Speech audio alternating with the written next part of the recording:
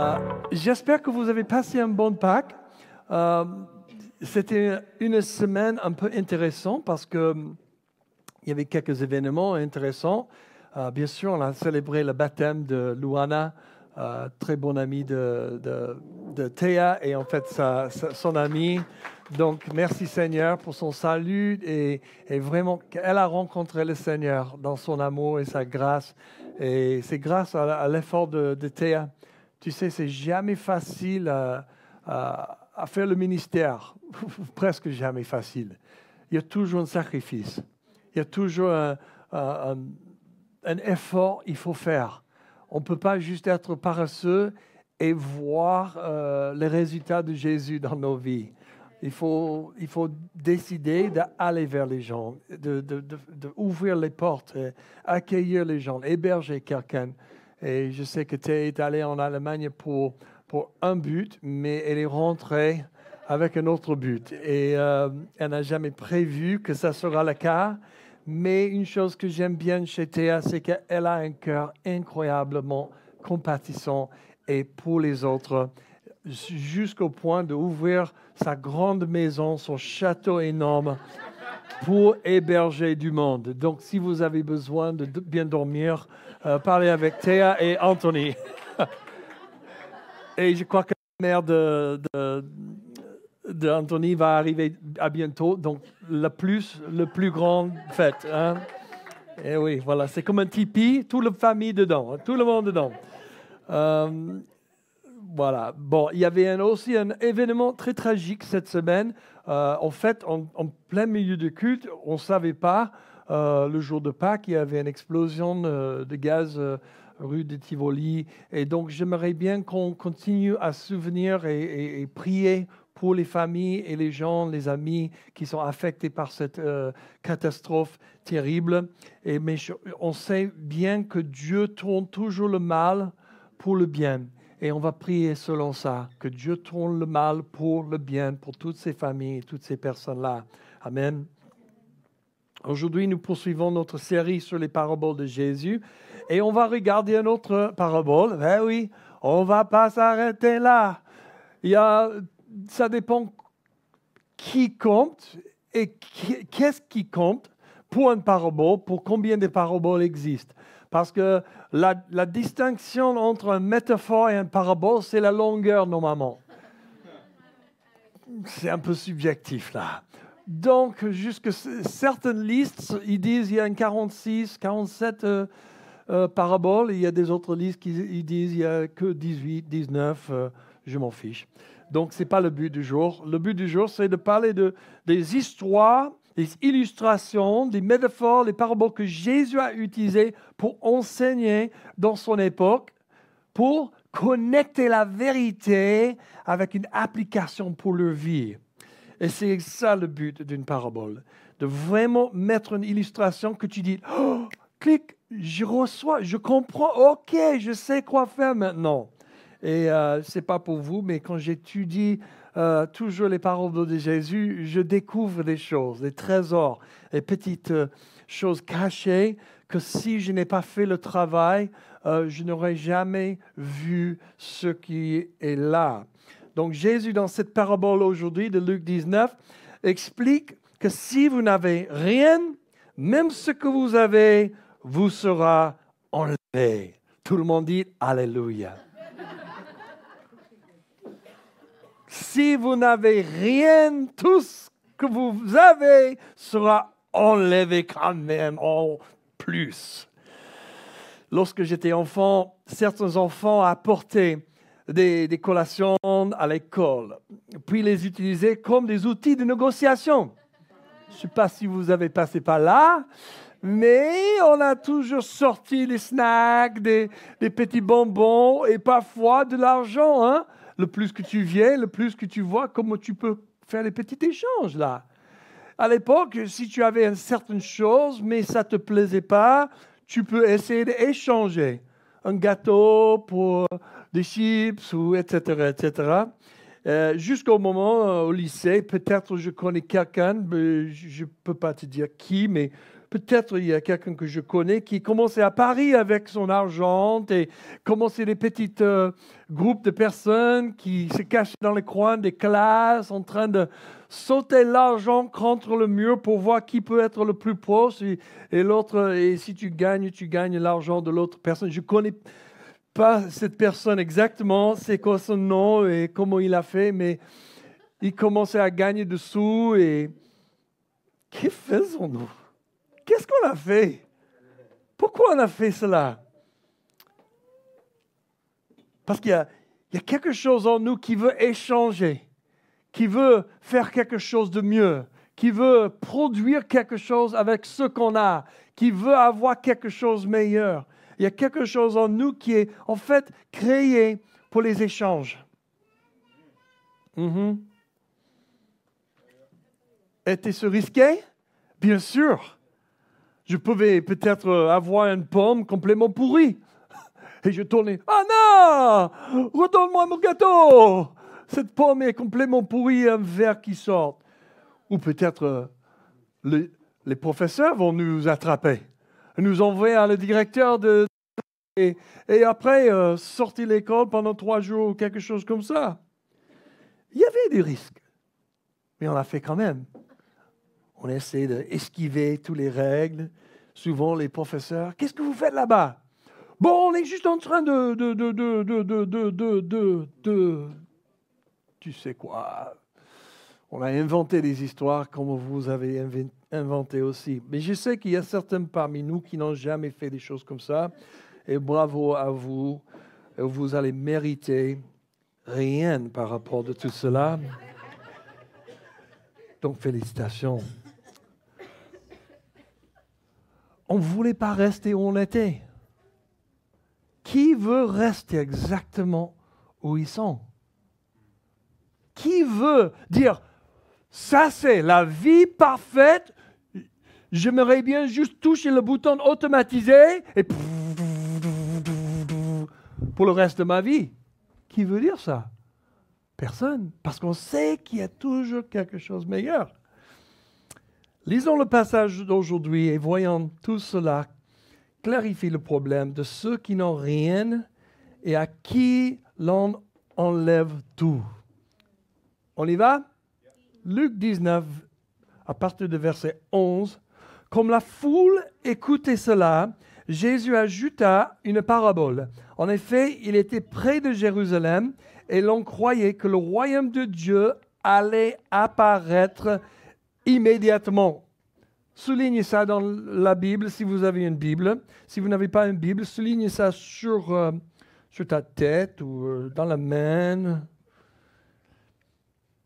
Parce que les gens croyaient que le royaume de Dieu allait apparaître immédiatement.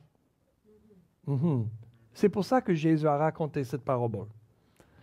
Un homme de haute naissance partait dans un pays lointain pour se faire désigner roi et revenir ensuite. Il appela 10 de ses serviteurs, leur remit 10 pièces d'or et leur dit « Faites-les fructifier jusqu'à ce que je revienne. » Cependant, ses concitoyens le détestaient. Et ils envoyèrent une délégation après lui pour dire « Nous ne voulons pas que cet homme règne sur nous. » Quel bonheur! Ça me rappelle des politiques aujourd'hui. Lorsqu'il fut de retour, après avoir été désigné roi, il fit venir les serviteurs auxquels il avait donné l'argent afin de savoir quel bénéfice chacun avait fait. Le premier se présenta et dit « Seigneur, ta pièce d'or, on a rapporté 10. » Il lui dit « C'est bien, bon serviteur, parce que tu as été fidèle dans une petite chose, reçois le gouvernement de 10 villes. » Je ne sais pas si ça c'est une récompense ou une punition, mais voilà. Le deuxième vint et dit « Seigneur, ta pièce d'or, on a produit 5. » Il lui dit « Toi aussi, sois établi responsable de 5 villes. » Un autre vient et dit « Seigneur, voici ta pièce d'or que j'ai gardée dans un linge. En effet, j'avais peur de toi parce que tu es un homme sévère. Tu prends ce que tu n'as pas déposé et tu moissonnes ce que tu n'as pas sémé. il lui dit, « Je vais te juger sur tes propres paroles, mauvais serviteur. Tu savais que je suis un homme sévère, que je prends ce que je n'ai pas déposé et que je moissonne ce que je n'ai pas sémé.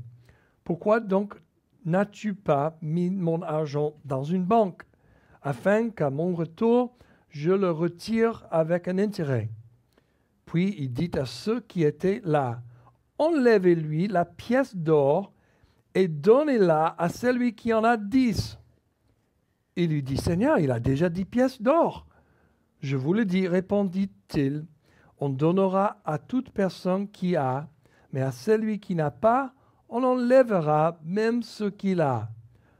Quant à mes ennemis qui n'ont pas voulu que je règne sur eux, amenez-les ici et mettez-les à mort devant moi. » Soyez bénis. Je ne sais pas pour vous, mais quand je lisais ça la première fois, je me suis dit, c'est injuste, non? Ceux qui en recevront plus, ceux qui n'ont pas, même ceux qui l'ont leur, soient enlevés. Attends là, il faut que je change un peu la manière que je pense, parce que moi j'ai toujours pensé que il faut prendre de ceux qu'ils ont et donner à ceux qui n'ont pas. C'est ce qu'on entend tous les jours, non? Je touche un sujet un peu sensible là. Parce que nous habitons dans un pays, dans un monde même, très social. Où on prend soin les uns des autres, non? Ou au moins on dit on prend soin les uns des autres. On dit ça. Hein? Et l'autre chose qui était choquante, c'est ceux qui sont des ennemis seront tués. Mais on ne voit pas de violence dans la vie de Jésus, non? Mais dans cette histoire qu'il raconte, il y a certainement un élément de violence. Moi, j'aimerais bien juste donner un peu de contexte pour cette parabole. Donc, on va juste creuser un petit peu, on va faire un petit travail et on va découvrir des choses qui vont peut-être souligner ou même illuminer nos consciences et notre intellect et bien sûr informer nos esprits. Jésus était où quand il a raconté cette histoire? Il était en route vers Jérusalem pour la dernière semaine de sa vie. Et cette parabole était une des dernières paraboles que Jésus a racontées. Et on voit de plus en plus, il approchait la fin de sa vie, les paraboles parlaient de plus en plus franchement de fin de temps et ce qui va arriver tout de suite. Parce que Jésus voulait que ça soit de plus en plus clair, le plus proche il est arrivé à sa mort et résurrection. Il a enseigné en chemin depuis Galilée jusqu'à Jérusalem. Et on voit en Luc 16, 17, 18, 19, jusqu'à ce moment-là, il est en train de parler des problèmes des richesses, des difficultés de rentrer dans le royaume de Dieu. Si tu es riche, il a guéri Bartimée, il était aveugle, il a complètement guéri un homme à côté de la rue, à côté de Jéricho. Et Jésus, il vient de manger chez Zacchaeus, un collecteur des impôts, qui vient de dire que je vais donner moitié de tout ce que j'ai aux pauvres et toute personne que j'ai fait une fraude, je vais vous repayer 4 fois ce que j'ai volé. Et Jésus a dit, le salut est arrivé chez toi.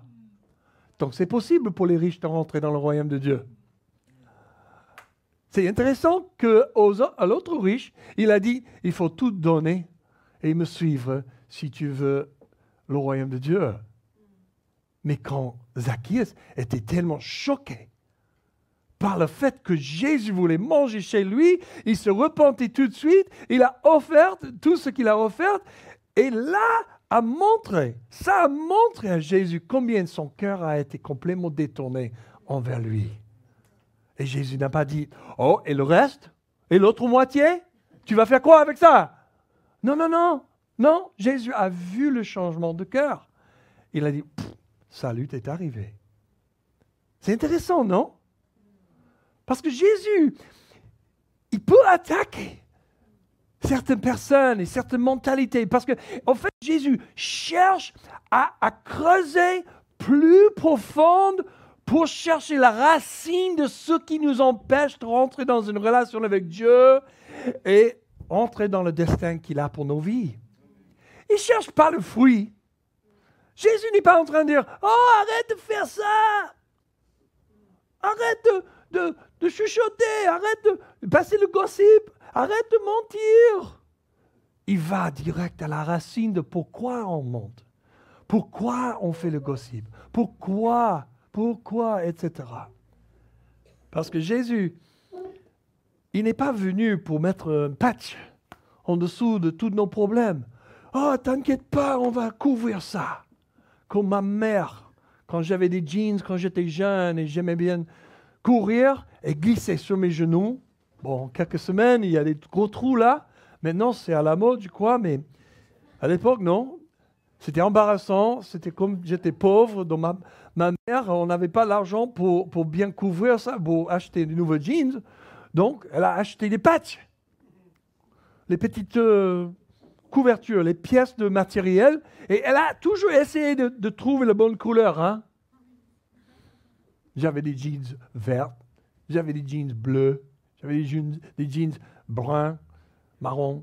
Tu vois, j'avais 2-3 couleurs hein, quand même. Quand j'étais petit, j'étais mignon. Je n'ai pas de photos. Merci Seigneur. Mais quand même, il y avait toujours des trous et ma mère a toujours essayé des différentes manières de les faire. Elle a fait le couture. Après, ils ont inventé des trucs avec, tu peux passer le fer et ça colle, ça fondre un petit peu. Et parfois, mon genou, quand tu regardes mon genou après quelques semaines, c'est comme rétréci un peu et après oh là là, c'était moche. Jamais trop bien. Jésus n'est pas venu juste pour mettre un morceau de linge sur nos blessures. Il est venu pour aller aux racines de nos blessures, pour amener la solution, la guérison, la restauration, pour que ça affecte la totalité de nos arbres. La racine, c'est la clé. Donc on voit Jésus en train d'aller vers ça avec Zachée. Et Jésus est passé par Jéricho pour se rendre à Jérusalem, qui était 27 kilomètres de Jéricho. Et moi, je connais ce petit trajet parce que je l'ai fait déjà 2 fois. Je n'ai pas fait à pied, par contre. Merci Seigneur. Je suis allé à Jérusalem et en Israël, ça fait 9 ans maintenant. Et on a fait le tour de Jéricho et après on remontait sur le bus, le car. Et Jérusalem est très élevé. Et Jéricho est très, très basse. Presque 0 mètre au-dessous de la terre. Donc tu vois, la mer Morte n'est pas trop loin. Et là, tu es très, très basse. Donc la température, ça tape là-bas. Il fait chaud, chaud, chaud. Et le chemin qui monte jusqu'à Jérusalem, il monte dans les montagnes. C'est l'ancien chemin que tous les bergers et les autres, ils ont passé pour aller entre Jéricho, pour les échanges, pour les business, etc., etc. Et la température baisse le plus que tu augmentes. Mais il faisait tellement chaud. Il y a certains qui appelaient ça la vallée de la mort. Parce qu'il y a tellement de gens qui meuraient dans cette 27 kilomètres de marche sans l'eau. Et aussi, il y a des brigands qui sont là. Des gens qui se cachent dans les collines, ils sortent, ils te volent de tout ce que tu as et te laissent à côté.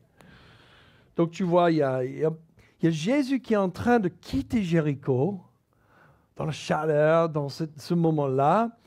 Et juste un moment, il entend tous ces gens en train de parler de Zachée et tout ce qu'ils viennent de faire, offenser, etc. Et Jésus a décidé de parler cette parabole. Mais pourquoi? C'est cette mention du royaume apparaissant immédiatement. Parce qu'il y avait de nombreuses rumeurs qui circulent que si le Messie revient, il va faire apparaître le royaume de Dieu dans un instant. Immédiatement, il sera comme ça. Et en plus, ça sera plutôt militant qu'un royaume de paix. C'est-à-dire qu'il y aura comme une grande armée qui se lève. On ne sait pas si c'est invisible, angélique ou c'est humain, mais il y aura instantanément, boum, le royaume de Dieu est là maintenant. Et les Romains et tous les étrangers qui ont imposé leur loi sur le peuple juif seront complètement irradiés et complètement envoyés d'ailleurs, ou peut-être même tués. Toutes ces rumeurs, ils commencent à accumuler. Et les gens commencent à dire, Jésus, il est le Messie. Certains convaincus de Dieu, certains dans les rumeurs, peut-être c'est le Messie. Et s'il est le Messie, quand il arrive à Jérusalem, parce que tout son ministère est en train d'augmenter, les foules sont en train de le suivre, il est connu partout. Et d'un coup, il commence à dire, oh, il monte à Jérusalem, la capitale du gouvernement politique, spirituel, c'est la capitale de tout. Si le royaume de Dieu va être installé, c'est quand Jésus arrive à Jérusalem. Ça va arriver. On y va. Il y a quelque chose qui va éclater là. Toutes les armées vont commencer à se battre. Les Romains vont être envoyés de gauche et à droite. Et Jésus est en train de dire, attention là. Peut-être vous avez mal compris quelque chose. Il voyait que ces rumeurs circulent et il voulait corriger qu'est-ce qui va arriver pour le royaume de Dieu. Parce que Jésus a parlé du royaume de Dieu tout le temps. Amen. En Luc 17, 20 et 21, il dit, les pharisiens demandèrent à Jésus quand viendrait le royaume de Dieu. Juste 2 chapitres avant. Il leur répondit, le royaume de Dieu ne vient pas en se faisant remarquer. On ne dira pas, il est ici ou il est là. En effet, le royaume de Dieu est au milieu de vous. Le royaume de Dieu était déjà là, au milieu de vous. Nous avons la mise en place comme roi d'une politique romaine dans cette histoire. Comme Rome conférait à tout dirigeant subordonné le droit de régner, Hérode, le roi, et son fils Archélaus, durent tous deux se rendre à Rome pour y être nommés dirigeants avant de retourner en Judée. Donc on a l'histoire de Hérode quand il voulait être être nommé roi, il fallait aller à Rome. Donc il y avait tellement de différentes régions, pays que le Rome a conquis, qu'ils ont installé une règle. Si tu vas recevoir le pouvoir, la délégation officielle comme roi ou gouverneur ou peu importe quel titre de ton pays, il faut que tu te rendes chez Rome. Et là, on va te tamponner. Et si tu as le tampon, c'est bon. Il n'y a pas de tampon, ça ne marche pas. Je remarque souvent en France, si je ne tamponne pas Every Nation Marseille sur le document, ça ne compte pas. Comme Vistaprint, tout le monde peut commander des tampons à n'importe quel nom. Désolé la France, mais c'est un peu... Je m'arrête là. L'image était donc compréhensible. Jésus avertissait ses disciples qu'il partirait avant de revenir. C'est-à-dire que dans la tête des gens, il fallait que cet homme, dans cette parabole, se rende à Rome pour revenir roi officiellement. Il était éduqué pour être le roi. Il était dans le système, en chemin pour devenir le prochain roi de ce pays. Mais il fallait y aller d'abord. Et qu'est-ce que ça nous montre? Ça nous montre que Jésus aussi devrait aller vers le Père pour établir officiellement son royauté. Parce qu'un jour, il va revenir, il va retourner et son royaume sera établi. éternellement.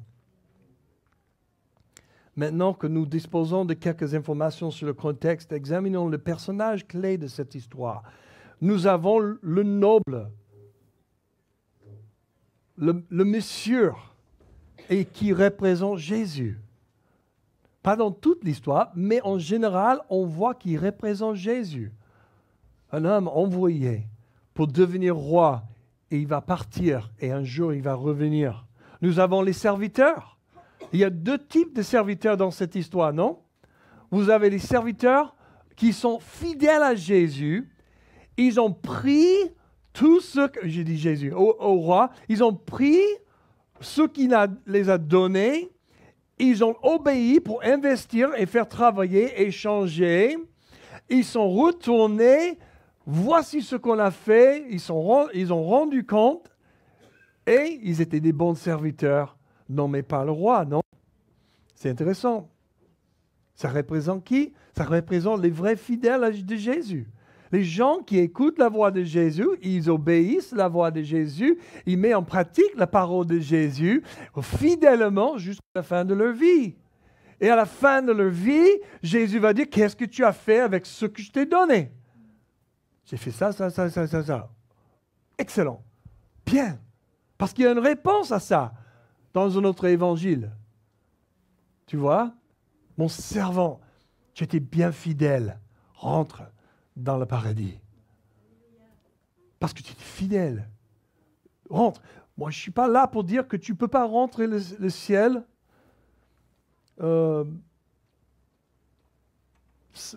sans être parfait. Oui, bien sûr. Personne n'est parfait. Personne n'est fidèle 100%. Mais on a un autre servant là. Et qu'est-ce qu'on fait avec lui?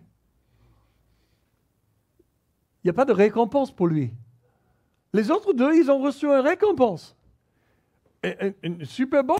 En fait, on peut même dire que la leçon qu'ils ont appris, c'est que si tu gères l'argent très bien, tu peux gérer les gens très bien. Être un bon gouverneur. Oh, tu es fidèle avec un peu de quoi? De l'argent? Tu peux être fidèle à bien gérer les gens. Et un système politique, etc., etc. Bon, peut-être c'est étirant de dire ça, mais on voit c'est clairement dans cette histoire. C'est clair. C'est-à-dire fidèle avec peu, fidèle avec plus. Mais qu'est-ce qui se passe pour les gens comme des servants qui n'étaient pas fidèles? Qu'est-ce qu'il y avait dans sa tête qui roulait pour questionner l'ordre qu'il a reçu? Déjà, on voit que le somme qu'ils ont reçu, c'était équivalent à 3 mois de salaire. 3 mois de salaire. Si on prend le rôle de servant, on va dire qu'ils travaillaient pour le SMIC. Donc, ils ont reçu entre 4 et 5 000 euros.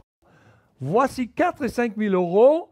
Fais du business avec jusqu'à ce que je retourne. On ne sait pas si le roi est retourné en 3 mois, 6 mois, 1 an.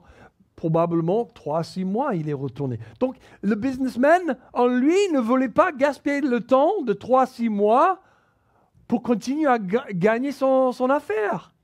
Donc, qu'est-ce qu'il a fait? Il a dit, bon, j'ai 10 servantes, je vais donner à chacun 3 mois de salaire normal pour eux, et je vais confier, vas-y, je sais que tu as des idées, je sais que tu as un plan, tu as un rêve, tu as une idée. Il y a mon fils Josiah, il essaie d'aider un ami qui crée des t-shirts. Il commence à lancer son marque. Donc, Jojo, je suis désolé, je raconte un petit peu l'histoire. Mais Jojo est allé pour l'aider un petit peu hier dans le marketing. Gratos, en fait. C'est gentil. Mais Jojo est en train de voir que ce monsieur, ce jeune homme, il a un rêve. Et si quelqu'un ajoute 5 000 euros dans le projet, ça va l'aider, hein? Pour les t-shirts, ça c'est quelque chose. Si tu crées des usines nucléaires, peut-être 5 000 ne fait rien. Mais si tu es en train de créer des t-shirts, 5 000, un investissement, ça peut reproduire vite fait, hein? Boum, la marque tient bon, et tout d'un coup. Donc, il y a des gens, il y a 10 servants là, et j'imagine que chacun a ses idées. Ils sont déjà en train de travailler pour le maître, mais il y a un rêve dans chacun. Donc, il leur donne l'opportunité de gagner avec cet argent. Et un a gagné 1000%. 1000%. Si c'est entre 3 et 6 mois, c'est déjà pas mal. Si moi je gagne 1000% en 20 ans, je serais content. T'imagines? Si j'investis 10 000 et en 20 ans, ça produit 100 000, je serais content, hein? C'est déjà pas mal, hein? Mettre 10 000 dans un compte, 20 ans plus tard, c'est 100 000, merci. J'ai rien fait pendant 20 ans, mais ça produit 100 000. Mais lui, il a produit ça en 3 à 6 mois. Oh, c'est pas mal, hein? L'autre, 500%, déjà très bien. Mais qu'est-ce qui est arrivé dans l'esprit de cet autre homme de rien faire? Et il nous a donné un petit clin d'œil qu'il a questionné le caractère du roi. Il n'était pas sûr s'il était vraiment bon ou pas. Et en fait, il était convaincu qu'il n'était pas bon. Et moi, quand je regarde cette histoire, comment il n'était pas fidèle, c'était connecté avec sa manière de voir le roi. Je pense à nous. Des gens qui appellent le nom de Jésus. On dit que Jésus, je te servirai toute ma vie. Mais on n'arrive jamais de voir la nature et le caractère de Jésus correctement. À cause des abus, à cause des négligences dans nos vies, on n'a pas la bonne vue de notre Père. Et cette manque de vue propre, selon ce qui est correct et vrai, va affecter comment on va gérer nos talents, notre trésor et notre temps pour lui. Oh, peut-être je me trompe, hein? Le troisième groupe de personnes, c'est les ennemis. Et on voit ce qui se passe dans cette époque. Luc est en train d'écrire aux gentils et aux Grecs, voici l'histoire de Jésus-Christ, parce qu'il voulait leur avertir. Regardez, les Juifs qui résistaient Jésus comme Messie, voici le résultat de leur vie. Et en fait, ce n'est pas que des Juifs, mais toute personne, les Romains et toutes les autres personnes qui résistaient et qui disaient non, je n'accepte pas Jésus et son royauté et sa délégation de pouvoir comme roi sur moi, seront rejetés à jamais. Bienvenue, bienvenue à la vérité. Il y a une réalité. Moi, je veux être comme le bon serviteur, très fidèle. Amen. Seigneur, aide-moi. Je crois. Aide-moi contre mon incrédulité. Je veux être trouvé fidèle avec mon temps, avec les trésors, avec le talent que tu m'as donné. Comme au Seigneur. Mais le clé, c'est connecter avec comment on voit Dieu. Est-ce qu'on le voit comme un bon Père? Et c'est difficile, chacun de nous, on a un parcours. Mais je peux vous encourager aujourd'hui, c'est que le plus que tu creuses dans la parole de Dieu et tu laisses la parole de Dieu te transformer, que tu vas être transformé, voir le Père comme il est vraiment et pas comme tu le voyais à cause de tous les problèmes, blessures de ta vie. Il y a un moment dans chacun de mes messages que je préfère chanter le message. Mais on arrive à un certain moment dans toute cette histoire et moi j'ai besoin de juste dire que le message vraiment, toutes ces petites nuances, tous ces caractères, les personnages qui sont là, ça c'est tout intéressant, mais le message est que le royaume de Dieu est maintenant et à venir. Ça c'est le message. Jésus est en train de dire que non, ça ne va pas apparaître boum, d'un coup comme ça. Il est déjà là. Et il va arriver aussi. Numéro 1, le royaume, c'est maintenant. Nous avons reçu le même esprit que celui qui a ressuscité Jésus d'entre les morts. Le royaume de Dieu est là. Il est en moi. En Romains 8, 11, on trouve, et si l'esprit de celui qui a ressuscité Jésus habite en vous, celui qui a ressuscité Christ rendra aussi la vie à votre corps mortel par son esprit qui habite en nous. Alléluia. nous agissons. Nous avons reçu des talents, des trésors et du temps à gérer. En 1 Pierre 4, 10, il dit, comme de bons intendants des diverses grâces de Dieu, mettez chacun au service des autres le don que vous avez reçu. Ou pas. Vous êtes libre. C'est la définition de liberté. Vous connaissez bien ce qui est, ce qu'il faut, et tu fais ce que tu veux. Mais il ne faut jamais penser qu'il n'y a pas de conséquences pour nos décisions. Numéro 3, nous agissons selon les valeurs du royaume de Dieu en priant pour que le royaume de Dieu soit sur la terre comme au ciel. Ça, c'est notre Père. Jésus nous a enseigné comment prier. Notre Père céleste, que ton royaume vienne sur la terre comme il est au ciel. Que le royaume de Dieu soit manifesté dans ma vie, dans mon entourage, dans ma ville, comme il est au ciel. Le plus on s'aligne avec la parole de Dieu et la volonté de Dieu, le plus on commence à voir la manifestation de ce que Dieu est en train de faire, parce qu'il est toujours en train de faire des choses.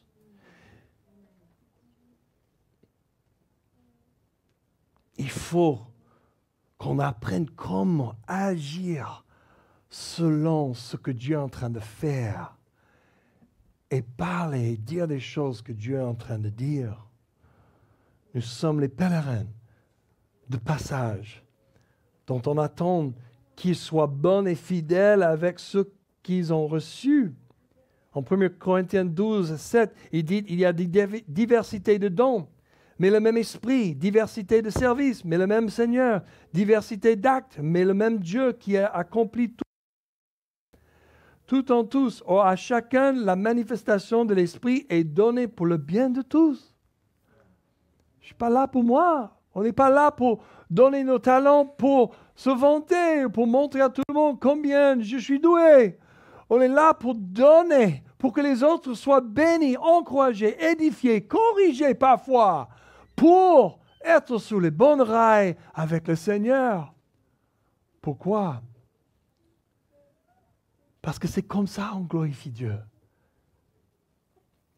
En 2 Timothée 2, il dit « Ce que tu as entendu de moi en présence de nombreux témoins, confie-le à des personnes fidèles qui soient capables de l'enseigner aussi à d'autres. » On voit 4 générations là, dans ce passage. Il y a Paul à Timothée, aux gens fidèles qui sont capables d'enseigner les autres. Donc, on voit 4 générations. Dieu est en train de penser multigénérationnel et nous avons tous une opportunité de prendre tout ce que Dieu nous a donné et redonner aux autres autour de nous. Augustin, si tu es catholique, tu vas dire c'est Saint Augustin, mais moi je l'appelle Augustin, a dit « Personne n'est à l'abri de cette responsabilité, car tous ceux qui ont reçu le don doivent le dispenser dans le poste où Dieu les a placés. » Ce n'est pas nécessaire d'aller au bout de la terre. Ce n'est pas nécessaire de devenir un milliardaire et trouver comment donner l'argent à tout le monde. Ce n'est pas nécessaire d'inventer quelque chose. Non! Être fidèle où tu es avec ce que tu as. Ça, c'est le royaume maintenant. Parce que Jésus dit que je vais retourner. Mais jusque je retourne, voici le plan. Restez fidèle avec ma parole, avec ce que je t'ai donné. Ça, c'est une côté. Le royaume de Dieu est maintenant. Mais il y a l'autre côté que le royaume de Dieu arrive. Il va arriver.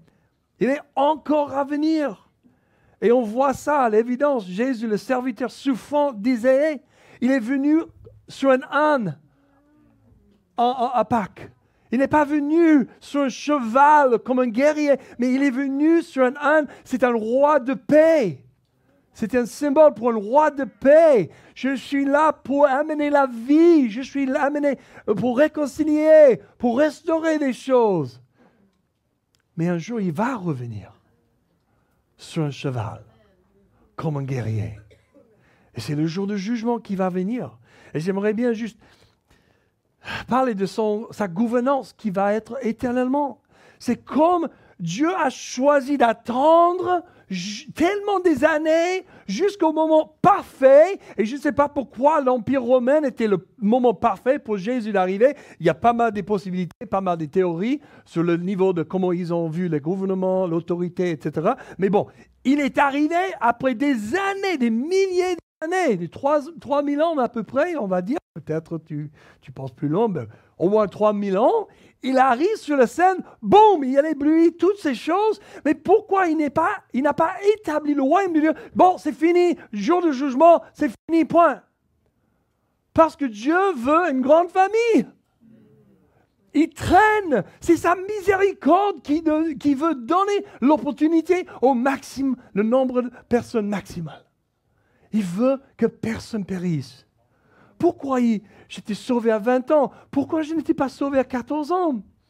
Je ne sais pas, peut-être que je n'avais pas l'opportunité, peut-être que personne ne m'a parlé de Jésus, peut-être mon église n'a pas prêché l'évangile, peut-être blablabla, bla, bla, bla, mais je suis tellement reconnaissant qu'il n'a pas décidé de retourner quand j'avais 16 ans. Parce que là, je serais avec les ennemis de Dieu. Dieu traîne dans sa miséricorde.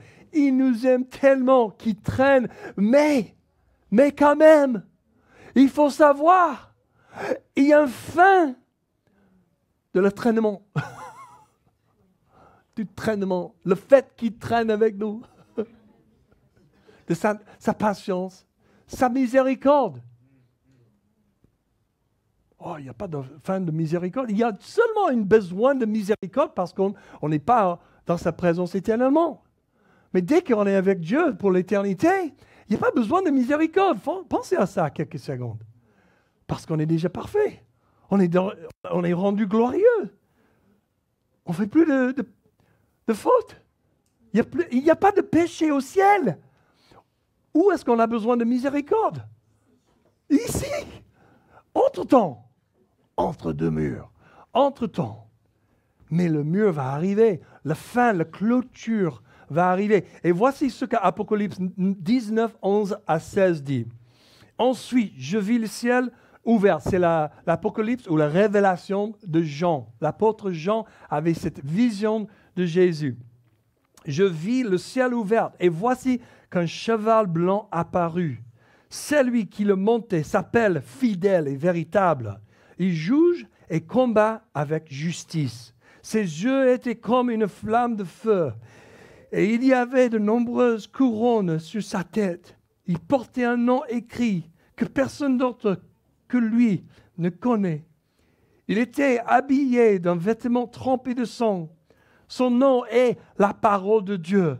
Les armées célestes le suivaient, montés sur des chevaux blancs et habillés d'un fin lin blanc et pur. De sa bouche sortait une épée aiguë, à deux tranchants, pour frapper des nations. Il les dirigera avec un sceptre de fer et il écrasera lui-même le raisin dans la couve à vin de l'ardente colère de Dieu Tout-Puissant. Il portait sur son vêtement et sur sa cuisse un nom écrit, Roi des rois et Seigneur des seigneurs. Voici le jour du retour de notre Seigneur. Il ne vient pas sur un an. Et ça sera le royaume de Dieu qui apparaît immédiatement. Le jour où tout sera réglé. Toute l'injustice dans ta vie et ma vie sera réglée. Tout l'amour comblé. Jésus est actuellement assis à la droite de Dieu le Père dans ce moment. On voit ça en 1 Pierre 3, 21 et 22. C'était une figure. Nous aussi, maintenant, nous sommes sauvés par un baptême qui ne consiste pas dans la purification d'une impurité physique, mais dans l'engagement d'une bonne conscience envers Dieu. Il nous sauve à travers la résurrection de Jésus-Christ qui est monté au ciel, a reçu la soumission des anges, des autorités et des puissances et se trouve à la droite de Dieu. Et ce n'est pas juste une position d'honneur, c'est une position de pouvoir. C'est une position d'autorité. C'est une position exécutrice. Et la Bible aussi nous dit que Jésus fait l'intercession pour nous, incessant. Il est dans la bataille avec toi aujourd'hui. Il est dans la bataille avec nous aujourd'hui. Il a son amour et sa grâce en train de couler envers nous pour nous libérer, nous restaurer, nous transformer dans son image. Ces jugements seront définitifs et éternels au dernier jour. Jésus nous dit dans Matthieu 25, 31 à 34, « Lorsque le Fils de l'homme viendra dans sa gloire avec tous les anges, il s'assiera sur son trône de gloire. Toutes les nations seront rassemblées devant lui. Il séparera les uns des autres, comme le berger sépare des brebis et des boucs. Il mettra les brebis à sa droite et les boucs à sa gauche. Alors le roi dira à ceux qui seront à sa droite, « Venez, vous qui êtes bénis par mon Père, prenez possession du royaume qui vous a été préparé dès la création du monde. » Quelle promesse! Mais voyez ce qui se passe en 41. Ensuite, il dira à ceux qui seront à sa gauche, « Éloignez-vous de moi, maudits. Allez dans le feu éternel qui a été préparé pour le diable et pour ses anges. » C'est Jésus. C'est Jésus. Et quand tu regardes dans ces deux passages-là en Matthieu 25, tu vois la différence, c'est que les gens qui vont au ciel sont les gens qui ont fait nourrir les gens. Ils ont fait donner un boisson à quelqu'un. Qui ont visité des gens en captivité et aidé des gens à approcher Dieu et résoudre les problèmes. Parce que Jésus dit, si tu as fait à un de ces personnes-là, c'est comme tu as fait à moi. Mais personne ne fait ça, sauf qu'ils sont en relation avec Dieu, remplis avec son amour et sa compassion et la compétence et la capacité de le faire. On ne peut pas s'occuper des gens. Quand on crée des programmes sociaux et on n'a pas l'amour de Jésus, on n'a pas Jésus dedans, c'est superficiel. On est en train de traiter, on est en train de mettre un patch sur le genou. On est en train de juste couvrir la blessure qui est beaucoup plus profonde. On est juste en train de traiter la problématique, le fruit, mais on ne touche pas la racine. Jésus est la solution pour le monde d'aujourd'hui. Jésus, c'est le seul qui est allé à la croix parfaitement vécu. Jésus est le seul qui a prophétisé que je vais ressusciter le 3e jour. Et il a fait. C'est que Jésus qui peut résoudre les problèmes, guérir et restaurer tout. Et ceux qui sont fidèles à ce que Dieu leur a donné recevront des récompenses lors du retour de Jésus. Je ne veux pas rentrer au ciel. Je suis arrivé. Comme le mec à bord d'une falaise. Je suis arrivé. Alléluia. Moi, je veux être l'homme qui saute et j'arrive en courant. Oui, il n'y a pas de souci. Je suis là, bien sûr. Pourquoi je sais? Parce que j'étais fidèle tout le temps. J'étais avec lui. Je suis à l'écoute. Je suis comme Jean, j'ai une oreille, mon cœur est en train de se pencher sur la poitrine de Jésus, en train d'entendre et synchroniser le battre de son cœur avec le battre de mon cœur. Donc c'est naturel que je vais passer l'éternité avec lui. C'est naturel. Je ne suis pas en train de questionner mon salut parce que je le connais. Je marche avec lui. J'entends sa voix. J'obéis à tout ce qu'il m'a donné à faire. Au max que je peux. Et j'attends qu'il soit béni, glorifié avec ma vie. Ceux qui ne sont pas fidèles n'auront pas de récompense. Pas de récompense. Matt, est-ce que tu es en train d'essayer de nous motiver en disant qu'il faut être fidèle pour avoir des récompenses au ciel? Non. Mais pourquoi pas? Pourquoi pas? Tu sais que si tu n'as pas de récompense, tu seras nu au ciel. C'est une image, une métaphore. Mais tous les autres qui sont fidèles, ils vont avoir les couronnes avec les bijoux dedans, en train de marcher. Et toi, chauve. Pas de couronne. Oh, tu es là? Oh, super, je suis content pour toi. Bon, quand même, on y va. On va glorifier le Seigneur. Tu imagines? Et en fait, c'est ce que Jésus est en train de dire, que nous allons régner avec lui selon comment on a géré les affaires qu'il nous a donné à gérer. Et ceux qui ne suivent pas de tout Jésus, qui l'ont rejeté comme moi, iront en enfer pour l'éternité. Et les gens me disent toujours, Matt, il ne faut pas prêcher sur l'enfer le dimanche. Et moi, je suis désolé, mais de temps en temps, il faut. Parce qu'on ne peut pas esquiver la vérité et on ne veut pas esquiver la vérité. Parce que si on évite de dire la vérité, les mensonges commencent à monter. Et les petites déceptions arrivent dans nos vies et on commence à penser incorrectement parce que l'Église est le soutien, le pilier de la vérité, dit Pierre. Si on peut juste changer ça pour terminer. Imaginez-vous aujourd'hui un jeune homme qui a été éduqué et formé toute sa vie pour reprendre l'entreprise de son père. On va juste dire que c'est Anthony. Et son père a développé une grande entreprise de kung-fu. Ils ont enseigné tout le monde comment faire le chop, le coup de pied, et faire tourner les gens par terre. Et ils ont des écoles partout dans le monde. Et un jour arrive, le père dit, c'est le moment, mon fils.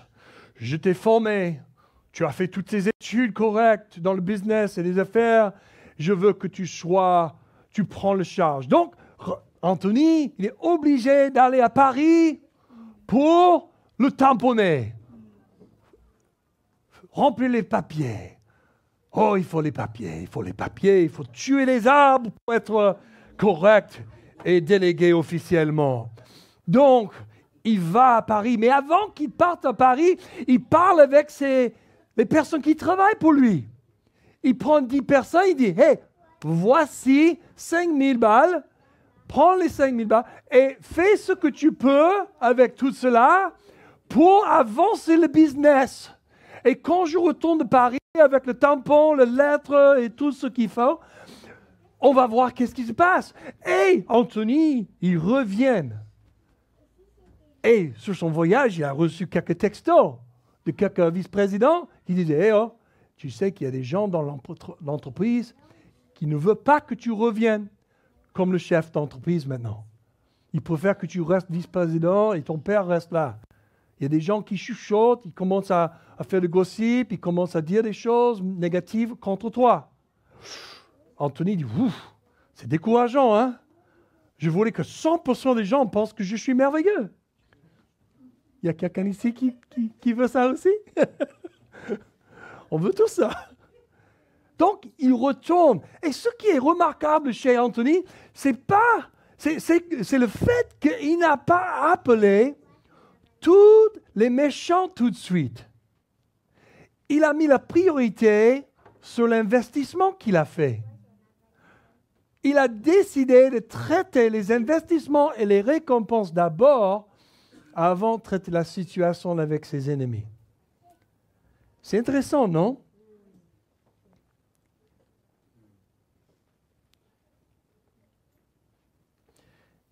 Et il a pris 3 types, 2 qui ont gagné un peu plus. Il leur a dit, voici, tu peux être le vice-président de marketing et publicité. Et toi, tu peux être élevé à cette position-là comme vice-président dans l'entreprise. Ils étaient juste des travailleurs, les ouvriers avant. Maintenant, ils sont élevés, promus, jusqu'à une position parce qu'ils étaient fidèles avec ce qu'il a donné, leur a donné. Et après, ils voient un autre ouvrier qui arrive. Hey, je t'aime pas trop, je suis là. Je travaille ici, je ne vais pas partir, mais je n'aime pas trop comment tu fais les choses.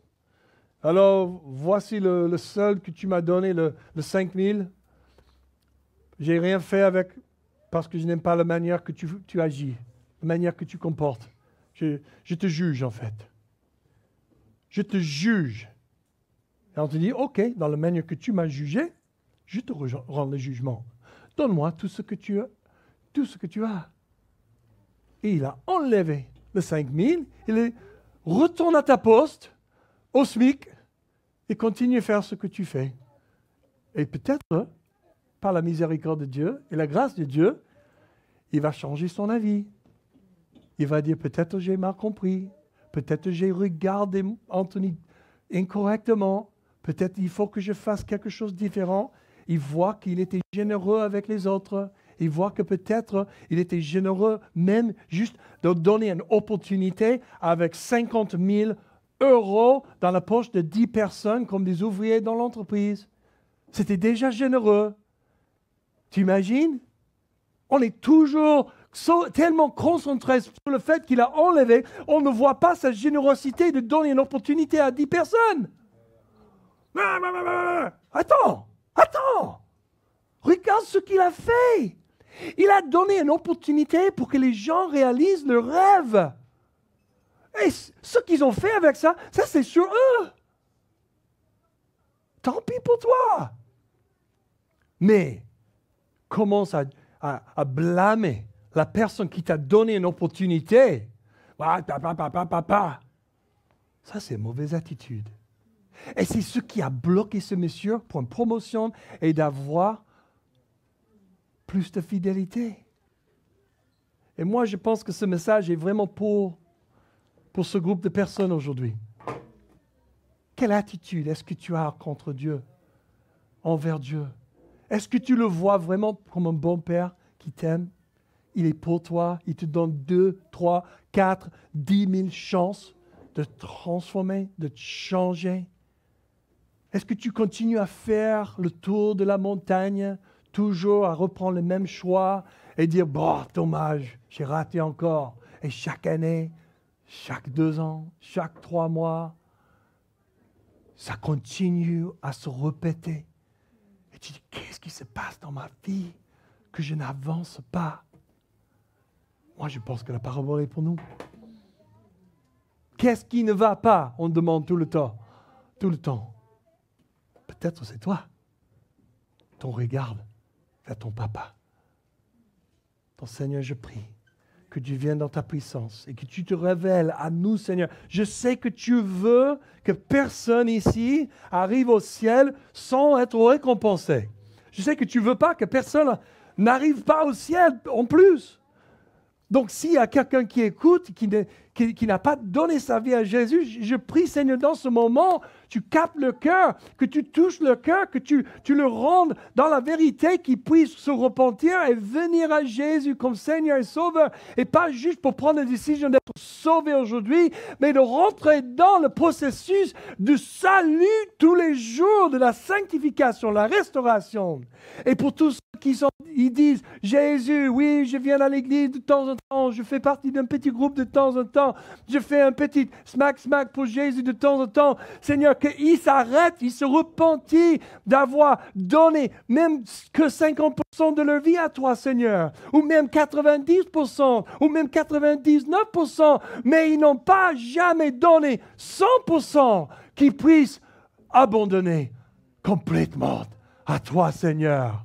Que le temps, le trésor et le talent soient donnés 100% pour ton royaume, pour ta justice, pour ton amour, pour ta grâce, pour que ton royaume qui est maintenant arrive à l'heure, Seigneur, et que personne rate le ciel, que personne rate cette opportunité d'être trouvé fidèle pour toi, Seigneur.